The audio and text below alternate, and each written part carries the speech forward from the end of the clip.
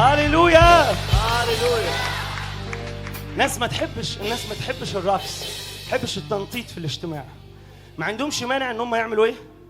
يعملوا ده بره عادي، بس في الاجتماع يقول لك الخشوع. هاليلويا. انت عارف وانت بترقص وانت فرحان دي قمة الخشوع، لان ده اللي الرب جاله. ميكال شافت غير كده. ميكال قالت ايه اللي عمله داوود ده؟ ماله داوود كأنه زيه زي الناس التافهة. داوود قال لي ميكال انا هرقص وارقص اكتر، انا هرقص اكتر.